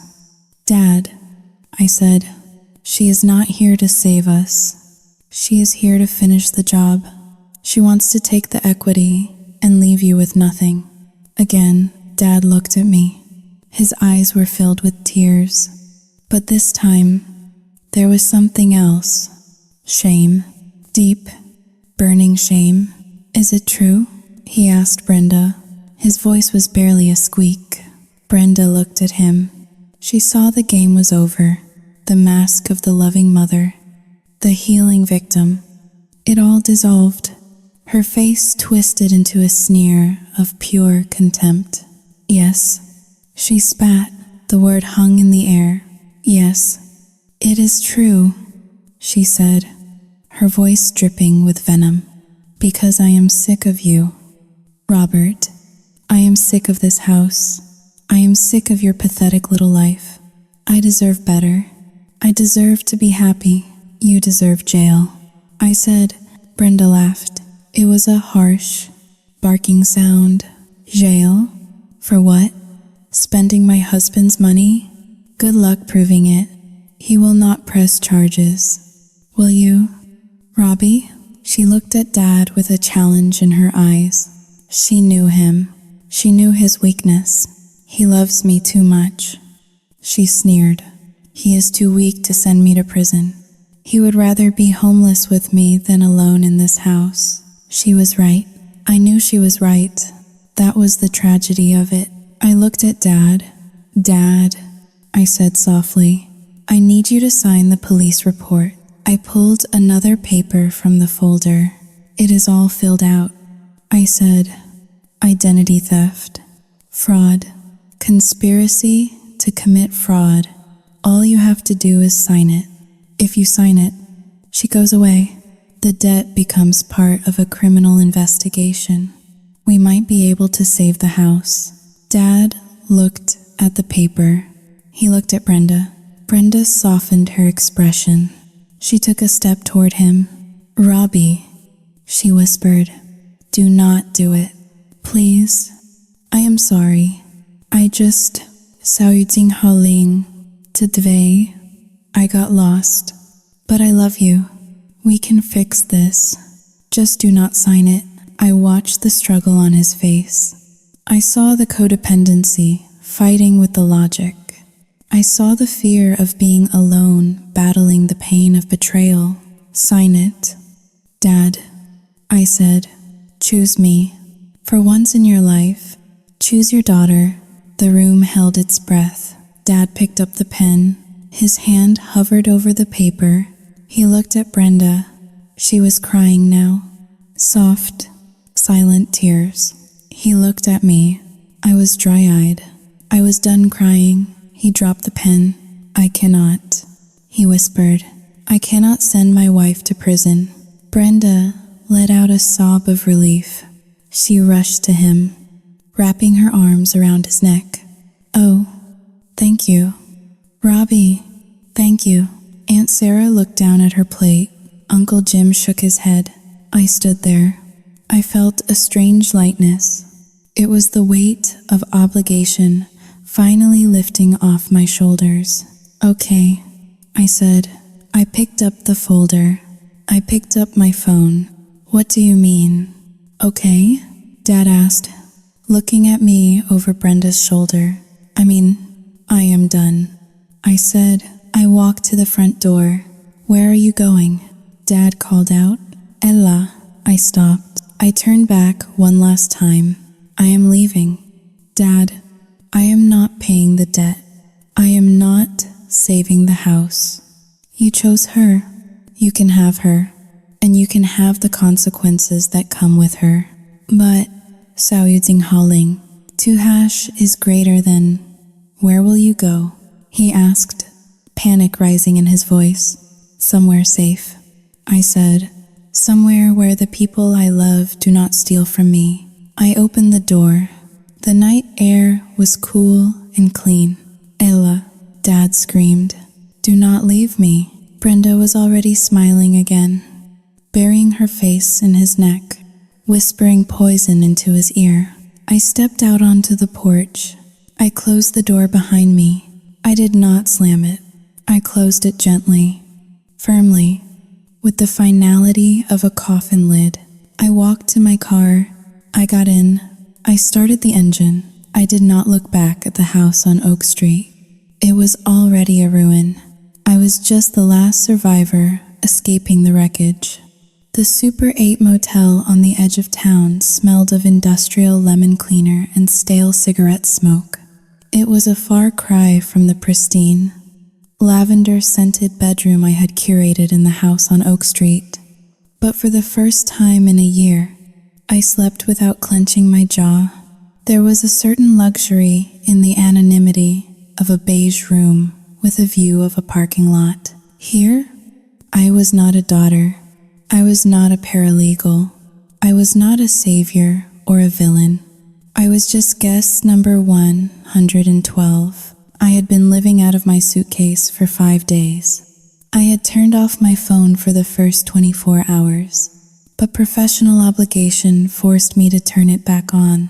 When I did, the digital avalanche buried me. It started with Aunt Sarah. Of course it did. I sat on the edge of the lumpy mattress, scrolling through the Facebook timeline that served as the town square for our little community in Doylestown. Aunt Sarah had been busy. She had posted a long, rambling status update, tagged with 40 different family members and church friends. It breaks my heart to see the elderly treated this way. She wrote, to abandon your own father when he is sick and vulnerable, to leave him with a mother who is just trying to heal the family. It is elder abuse, plain and simple. Shame on those who turn their backs on blood. We are praying for you. Robert, we will not let the darkness win. Below the post, the comments were a chorus of self-righteous indignation. How could she? Wrote Mrs. Gable, the neighbor who had watched me throw the suitcase. I always knew there was something cold about that girl. Poor Brenda, ungrateful, wrote my cousin from Ohio. After everything her parents did for her, I became the pariah of the county in the span of a single afternoon. The narrative had been spun, woven, and sold by Brenda, and the town had bought it wholesale. In their version of the story, I was the jealous daughter who could not handle her mother's return, the greedy child who threw a tantrum and stormed out when she did not get her way, leaving her poor, confused father to fend for himself. I went to work on Tuesday. I parked my car at the far end of the lot. Walking into the firm felt like walking onto a stage where everyone knew my lines, but I had refused to read them. The receptionist, a woman named Karen who usually greeted me with pictures of her grandchildren, did not look up when I swiped my badge. She stared intently at her computer screen, her lips pressed into a thin, white line. I walked to my cubicle. The silence was loud. I could hear whispers near the break room. I knew they were talking about me. Doylestown was too small for secrets, especially when the main antagonist was broadcasting her victimhood on social media. My boss, Mr. Henderson, called me into his office before I had even turned on my computer. He was a kind man, but he was a businessman first. Ella, he said, gesturing for me to sit. He looked uncomfortable. He shuffled some papers on his desk. We have received a few calls. Calls? I asked, keeping my face impassive. From your family? He said. And from a woman claiming to be your mother. She, Xiao Yuting Haoling, 2 hash is greater than well. She was quite hysterical. She claimed you emptied your father's bank accounts before you left. She used the word embezzlement. I felt a flash of heat in my cheeks, but I stamped it down. This was Brenda's strategy. If she could not control me, she would destroy my credibility. She knew that as a paralegal, my reputation was my currency. If I was labeled a thief, I was unemployable. Mr. Henderson, I said, my voice steady. That is a lie. I have bank statements to prove that every cent I spent was for household bills or my father's medical care. In fact, my mother is currently the subject of an investigation for identity theft. I would be happy to provide you with the case number if you are concerned about my integrity. Mr. Henderson looked at me. He saw the dark circles under my eyes, but he also saw the steel in my spine. He sighed and took off his glasses. That will not be necessary. Ella, you are one of my best employees, but you need to fix this. We cannot have drama spilling into the workplace. It looks bad for the firm. I understand. I said, it will be handled. I walked out of his office with a new resolve. The public fallout was painful. It stung to be looked at with suspicion by people I had known my whole life.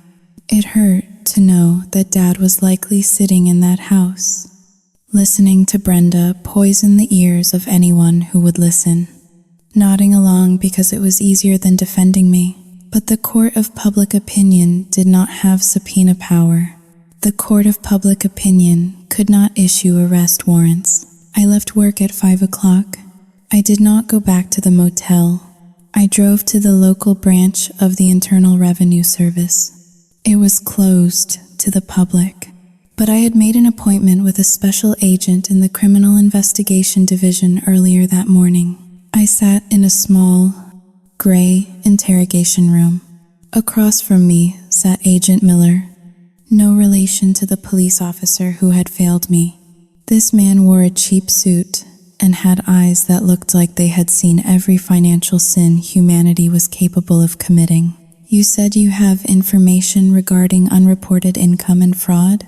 He asked, clicking a pen. I placed a thick manila folder on the table. It contained everything. The credit card statements from Brenda's year in Florida. The copy of the forged loan application for $52,000. The transcript of the recording where she admitted to the theft. And most importantly, the evidence that she had not paid a cent of tax on that income. Nor had the boyfriend she funneled it to, my mother, Brenda Davis, and her associate, Gary Miller, obtained $52,000 through fraudulent means. I stated clearly, they treated it as income. They spent it on luxury goods. They did not declare it. And now, she is attempting to sell a property that is under imminent foreclosure to launder the remaining equity. Agent Miller opened the folder. He raised an eyebrow as he scanned the documents. He looked at the transcript. He looked at the photos. This is thorough. He said, why are you bringing this to us instead of the local police? Because the local police consider it a civil domestic dispute. I said, my voice cold, and because my father, the victim, refuses to press charges. But tax evasion? That is not up to him. That is between her and the United States government. And I know you do not require a victim's signature to prosecute. Agent Miller smiled. It was a small, predatory smile. No, Miss Davis, we do not. I left the building feeling lighter than I had in years. Let Aunt Sarah post on Facebook. Let the neighbors gossip. I had just set in motion a machine that could not be stopped by tears or manipulation. I drove past the house on Oak Street on my way back to the motel. I should not have, but I could not help myself. I parked 2 blocks away and walked down the street, keeping to the shadows of the maple trees. The house looked different. In just 5 days, it had started to die. The blinds were drawn haphazardly. The trash cans were still at the curb, overflowing, even though trash day was 2 days ago. Brenda did not do chores, and Dad was likely too depressed to function. But the most shocking sight was the car in the driveway. It was not Dad's sedan. It was a beat-up red sports car. Gary, he was here. I watched from behind a hedge as the front door opened. Brenda stepped out, wearing a short dress, holding a cigarette. A man followed her out, tanned, wearing a gold chain, looking exactly like the grifter I knew he was. He wrapped his arm around her waist. They laughed. Dad was nowhere to be seen. Then I saw movement in the upstairs window, the window of the guest room. The curtains parted slightly. I saw a face. It was gray and gaunt. It was Dad. He was watching them. He was watching his wife flirt with the man she had stolen his money for. Right there on his own front porch. He looked down the street. For a second, our eyes met across the distance. I stood under the street lamp, letting him see me. I wanted him to see me. I expected him to wave. I expected him to mouth help me.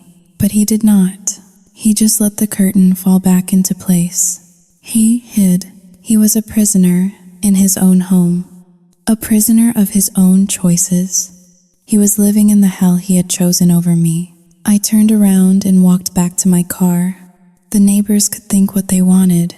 They saw a daughter who ran away. I saw a survivor who refused to burn. Let them enjoy their party.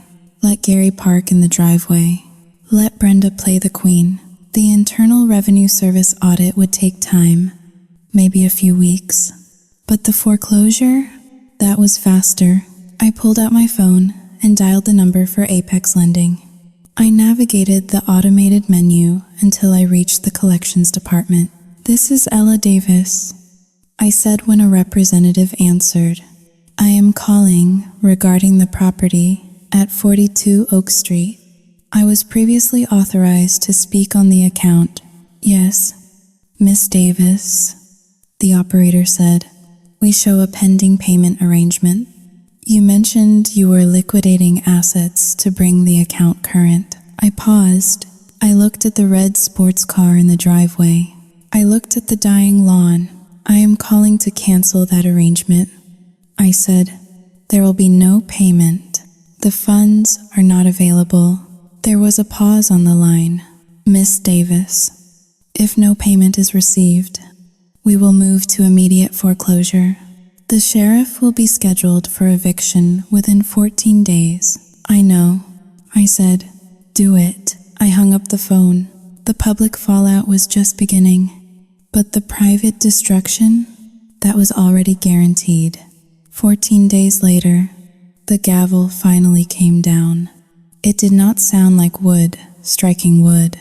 It sounded like the heavy boots of sheriff's deputies marching up the concrete steps of the house on Oak Street at 8 o'clock in the morning. I was not there to see it, but I heard about it. In a small town, news of an eviction spreads faster than a viral infection. And because I had installed the hidden cameras, I did not just hear about it. I watched the aftermath. I sat in my motel room, My laptop open on the small desk. The feed from the living room camera was grainy, but the image was clear enough. The house was in chaos. Cardboard boxes were scattered everywhere, half-packed and abandoned. The purple velvet curtains Brenda had loved so much were torn down, lying in a heap on the floor like the robes of a deposed monarch. Gary was gone. He had disappeared 3 days ago. The moment the final eviction notice was taped to the front door, he had smelled the lack of money and vanished like smoke, taking Brenda's remaining jewelry and the television with him. Predictable. Brenda was screaming. I could not hear the audio perfectly. The microphone was muffled by a pile of clothes she had thrown on top of the television stand, but her body language was unmistakable. She was frantically shoving clothes into trash bags. She looked haggard. The perfect blowout was gone, replaced by greasy, matted hair. The designer dress was stained. And Dad was sitting in his armchair, the same chair he had sat in for 20 years. He was not packing. He was not moving. He was just staring at the wall. Catatonic, I watched as a deputy entered the frame. He was a big man, filling the doorway. He pointed at the door. Time to go. His gesture said. Brenda lunged at him. She actually tried to scratch his face. It was a pathetic, desperate act. 2 other deputies swarmed in. They grabbed her arms. They handcuffed her. Not for the eviction. Eviction is civil, but for assaulting an officer. I watched my mother being dragged out of the house she had stolen, screaming and kicking, leaving black scuff marks on the hardwood floor. Then, the deputy turned to Dad. He touched Dad's shoulder gently. Dad looked up. He stood slowly. He looked around the room. He looked at the camera, though he did not know it was there. With eyes that were completely hollow, he picked up a single framed photo from the side table. It was not a picture of Brenda. It was a picture of me. From my high school graduation, he walked out of the frame. The feed went black as the power was cut to the house. I closed the laptop. I sat in the silence of the motel room. I waited for the feeling of victory. I waited for the rush of vindication. It did not come. Instead, I felt a profound, aching hollowness. It was the feeling of surviving a car crash only to look back and see the vehicle in flames with everything you ever owned inside it. My phone rang an hour later. It was Officer Miller. Miss Davis, he said. His voice was subdued. We have executed the eviction order at Oak Street. Your mother has been taken into custody for assaulting an officer. During processing, we found Xiaoyu Jinghao Ling, 2 hashes greater than well. The outstanding warrant from Florida for check fraud popped up, and the Internal Revenue Service has placed a hold on her for investigation. She is not getting out anytime soon. I nodded, staring at the beige wall. Good. Your father, Xiaoyu Jinghao Ling, 2 hashes greater than he hesitated. He is sitting on the curb. Miss Davis, he has nowhere to go. He is asking for you. I closed my eyes. I could see him, the old man in the cardigan, sitting next to a pile of trash bags, holding a picture of the daughter he had betrayed. Tell him, Xiaoyu Jinghao Ling, 2 hashes greater than I started. My throat felt tight. Tell him there is a shelter on 3rd Street. They have beds. Miss Davis, surely you cannot. I can. I interrupted.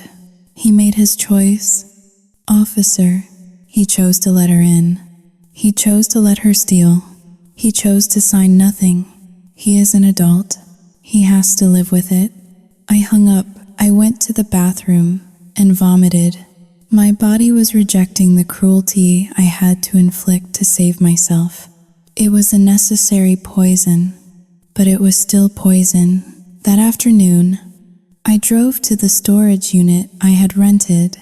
It contained the few boxes I had managed to sneak out of the house before the eviction.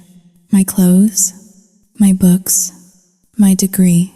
I sat on the concrete floor, surrounded by the remnants of my life. I felt like a refugee. I had won.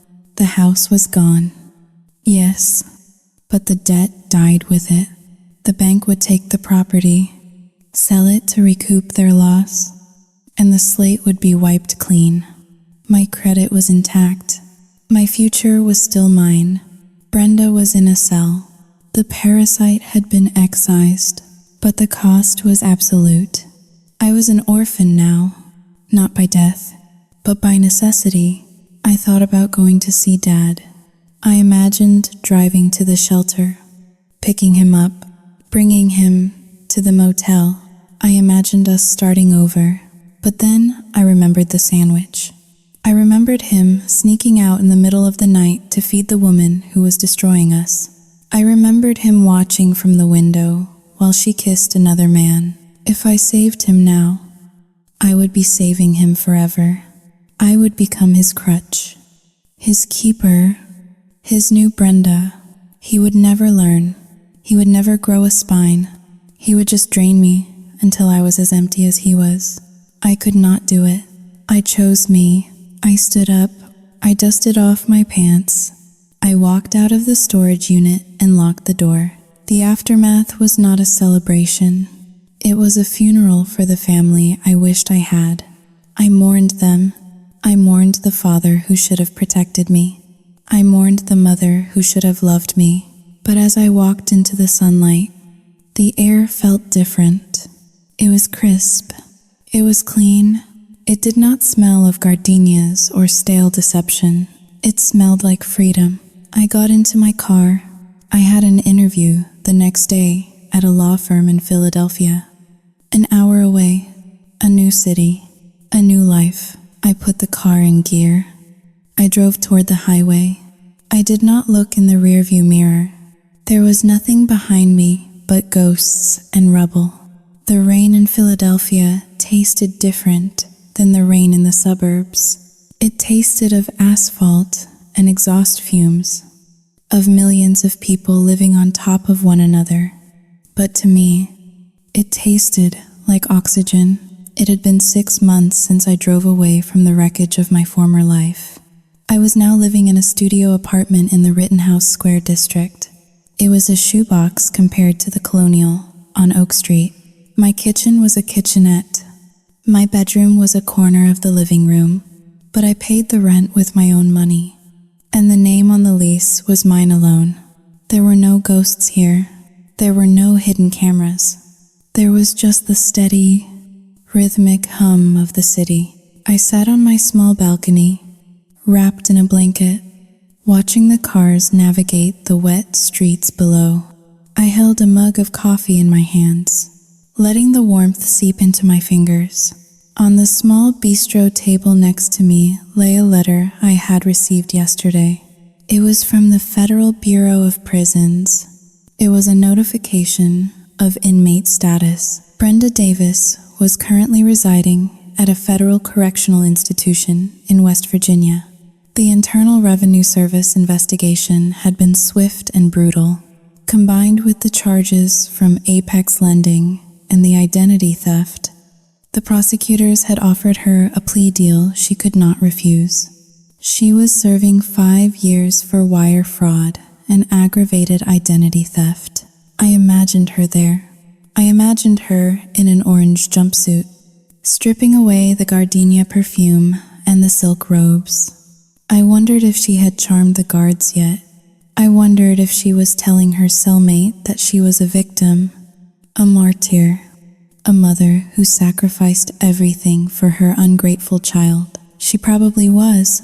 Narcissists do not change in prison. They just find a new audience. I did not feel happy about it. Happiness implies a sense of joy. What I felt was balance. The scales had finally tipped back to center. My phone buzzed on the table. I stared at it. I knew who it was. He called every Sunday at this time. It was the only routine he had left. I did not pick up. I let it ring 4 times, 5 times, 6 times. The buzzing stopped. A moment later, the notification appeared. One new voicemail. I picked up the phone.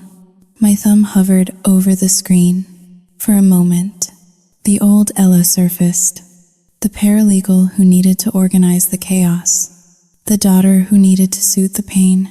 I felt a pang of guilt so sharp it almost doubled me over. He was my father. He was an old man. I pressed play. Ella? His voice was a ghost. It was thin and raspy, breaking over the static. It is Dad. Saouzing howling. 2 hash is greater than I just wanted to see if you were okay. It is raining here. The roof in this new place leaks a bit, but Saouzing howling too. But I am managing. I miss you. Sweetheart, I saw a girl at the grocery store today who looked just like you. I almost called out her name. There was a long pause. I could hear him breathing. I could hear the sound of a television in the background. Some mindless daytime show. I am sorry, he whispered. I am so sorry. Ella, if you ever want to come visit, Saouzing howling. 2 hash is greater than or just talk. Saouzing howling. 2 hash is greater than I am here. The message ended. I sat there, listening to the silence that followed. I knew where he was. I had looked it up once. In a moment of weakness, he was living in a basement apartment on the bad side of town, paid for by his meager social security check and emergency housing vouchers. He had lost the house. He had lost his wife. He had lost his dignity. He was the king of a kingdom of dust. I looked at the phone. I looked at the option to call back. If I called him, I would be opening the door. Just a crack, but a crack was all a parasite needed. If I called him, I would have to listen to his excuses. I would have to hear him defend Brenda, because I knew he was writing her letters. I knew he was putting money on her commissary account even when he could barely afford food. He was still addicted to the abuse. If I called him, I would drown with him. I looked out at the city skyline. The clouds were breaking, and a shaft of pale sunlight was hitting the wet pavement. I loved him. I would always love him, but I loved myself more. I moved my thumb. I did not save the message. I did not archive it. I pressed delete. Then I went into the settings. I found the number. I scrolled down to the bottom of the contact card.